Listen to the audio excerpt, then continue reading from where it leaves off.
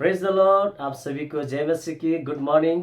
मैं आशा करता हूँ आप सब प्रभु की कृपा से ठीक होंगे और मैं परमेश्वर का धन्यवाद करता हूँ ये सुंदर समय के लिए।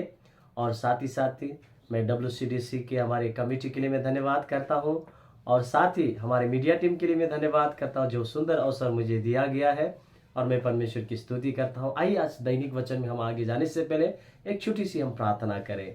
स्वर्गीय पिता, मैं धन्यवाद करता आज की सुबह के समय के लिए, सुंदर दिन आपने हमारे लिए दिया प्रभु। मैं धन्यवाद करता हूँ।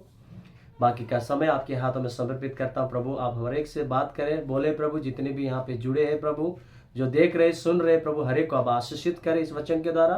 धन्यवाद। बाकी का समय आप चलाइए, यीशु के नाम से प्रार्थना करता हूँ, आमीन आमीन। Praise the Lord. प्रभु की स्तुति हो। और आज के इस दैनिक वचन में आपको फिर से मैं स्वागत करता हूँ और आज का विषय रहेगा डर। डर के समय हम क्या करें। बहुत बार हमारे जीवन में बहुत सारी चीज़ों की डर है। कई लोगों को अपने पारिवारिक डर है, कई लोगों को सामाजिक डर है, कई लोगों को अपनी आर्थिक डर है, कई लोगों को भविष्य की डर है। जीवन में हर एक इंसान के अंदर एक डर है और डर के समय हम बहुत बार हम गड़बड़ी कर बैठते हैं। उस समय क्या करें उस समय हम किस बात को देखें, क्या सुने, क्या करें, क्या निर्णय लें। बहुत बार हम गड़बड़ हो जाता है। हम बहुत सारी बार हताश हो जाते हैं कि क्यों, क्योंकि डर हमारे अंदर है। हर चीज़ के में डर है। परेशानी की हो जाते हैं हम डर के कारण, बहुत बार दुखित हो जाते हैं डर आने के कारण। तो उस समय हम करें क्या। जब हम पहला शमूएल उसका 17 अध्याय 1 से जब 50 तक हम स्टडी करते हैं, वहाँ पर पलस्ती जो गोलियत था और इजराइल के समय में, इजराइल में राजा साउल थे राज करने वाले। उस समय यहाँ पर हम देखते हैं कि बड़ी धमकी उनके लिए मिला। उस धमकी भरी के बीच में बहुत बार इजरायली डर गए। जब हम पढ़ते हैं पहला शमूएल 17 अध्याय 4 से 7 तक, तो छोटा सा मैं वचन पढ़ना चाहूंगा आपके लिए। वहां पर इस प्रकार लिखा है, तब फलिस्तियों की छावनी में से गोलियत नामक एक वीर निकला जो गत नगर का था और उसकी लंबाई 6 हाथ 1 बित्ता थी। उसके सिर पर पीतल का टोप था और वहां एक पत्थर का झिलम पहने हुए था जिसका तौल 5,000 शेकेल पीतल का था। उसकी टांगों पर पीतल के कवच थे और उसके कंधों के बीच बर्छी बांधी थी। उसके भालों की छड़ जुलाहे के डोगी के समान थी और उस भाले का फल 600 शेकेल लोहे का था और बड़ी ढाल लिए हुए एक जन उसके आगे आगे चलता था। यहाँ पर हम जब देखते हैं कि पलस्ती जो गोलियत है इजराइलियों को क्या कर रहा है, धमका रहा है। उस पार पलस्ती लोग उस पहाड़ पे और इस पहाड़ पे इजराइली लोग हैं और राजा साउल उस समय राजा थे। और बीच में उनकी जो भिन्नता है, उनके रखने के लिए, दूरी बनाने के लिए, वो था तराई थी। उस तरफ से धमकी आ रहा है, इस तरफ से लोग सुन रहे हैं। अब इस धमकी के बीच में अगर हम गोलियत के विषय में देखें, गोलियत के विषय में अगर हम जानेंगे तो गोलियत बचपन से एक लड़ाकू था। वो बड़ा बड़ा भाला लेने वाला, 7 किलो का भाला उठाने वाला, है ना। 57 किलो तक तो वो सभी कवच को पहना करता था। उसकी हाइट जो 9 फुट जितनी थी, समथिंग 9 फुट जितना उसका हाइट था। इतना बड़ा आदमी, इतना बॉडीगार्ड, बचपन से लड़ाकू है। और वो इजराइलियों को धमका रहा है, कह रहा है कि अगर तुम्हारे पुरुषों को भेजो। ये धमकी राजा साउल को आ रहा है, कह रहा है इजराइलियों को आ रहा है, कह रहा है कि तुम तो क्या करो, मुझसे लड़ने के लिए एक ऐसे व्यक्ति को भेजो। अगर तुम जीत गए तो हम तुम्हारे अधीन रहकर सेवा करेंगे, अगर हम जीत गए तो तुम्हें हमारी सेवा करना होगा। ये बड़ी चुनौती पलिस्तियों के बीच में से इजराइलियों के लिए आया। मेरे प्रिय, कई बार हमारे लिए भी ऐसे कई धमकियां आती है। हमारे परिवार के लिए, हमारे काम के स्थल में, हमारी सेवा के स्थल में, कई जगह से, कई पारिवारिक जगह से हमें क्या है, एक धमकी आती है। क्या करें उसके समय में। धमकी हमारे लिए बहुत बार निराश कर देती है। जब हम नीचे पढ़ते 11 वचन में इस प्रकार लिखा है, उस पलिस्ती की इन बातों को सुनकर साउल और समस्त इजराइलियों का मन कच्चा हो गया। और नीचे कहता है, और वे अत्यंत डर गए। इजराइलियों को ये बात सुनने में आया जब कि पलस्ती जो है धमकी दे रहा है, डरा रहा है। और ये बात सुनकर साउल और सारा समस्त इजरायली डर गए, घबरा गए, उनका मन कच्चा हो चुका है, निराश पर। तू क्या करे, बड़ा धमकी है, वो छोटा मोटा सामान्य आदमी नहीं है। कई बार हम देखते हैं, है ना, बड़े चीज़ को देखकर हम डरते हैं। और यहाँ पर इजरायलियों को बहुत बड़ा डर आया। साउल राजा को इजरायली लोगों के लिए बहुत बड़ा एक प्रकार की बड़ी समस्या खड़ी हो चुकी, और वो डर गए, उनकी मन भी कच्चा हो चुका है।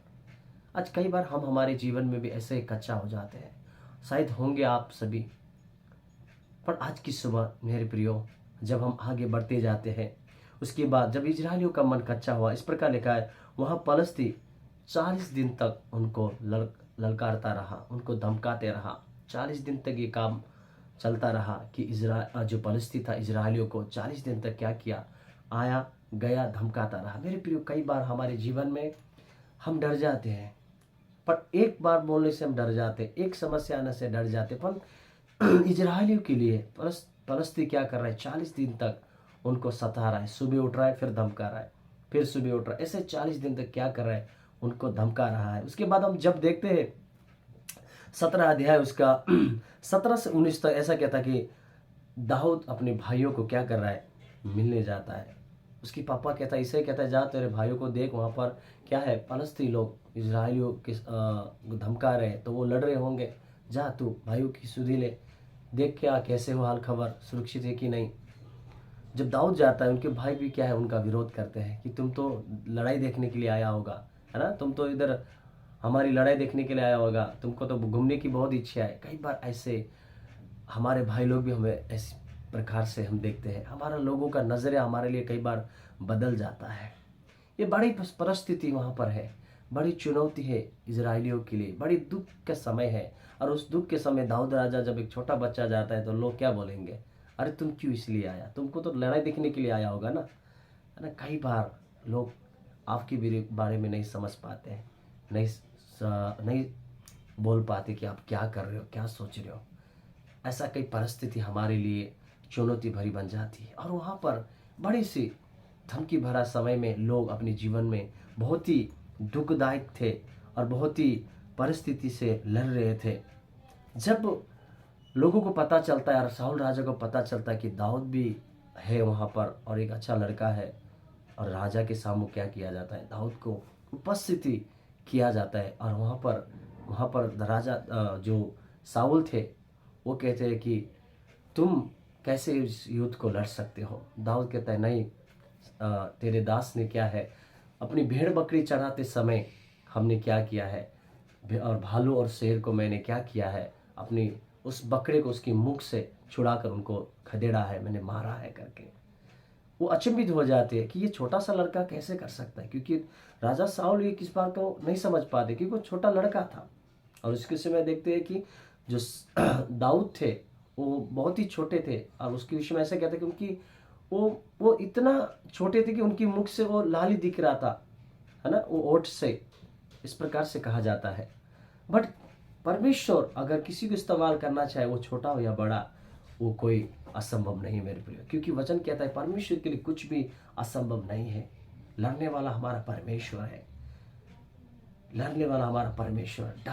डर कई बार हमारे सारी समाज, देश को, हमारी जाति को, है ना, हमारे परिवार को हिला देती है।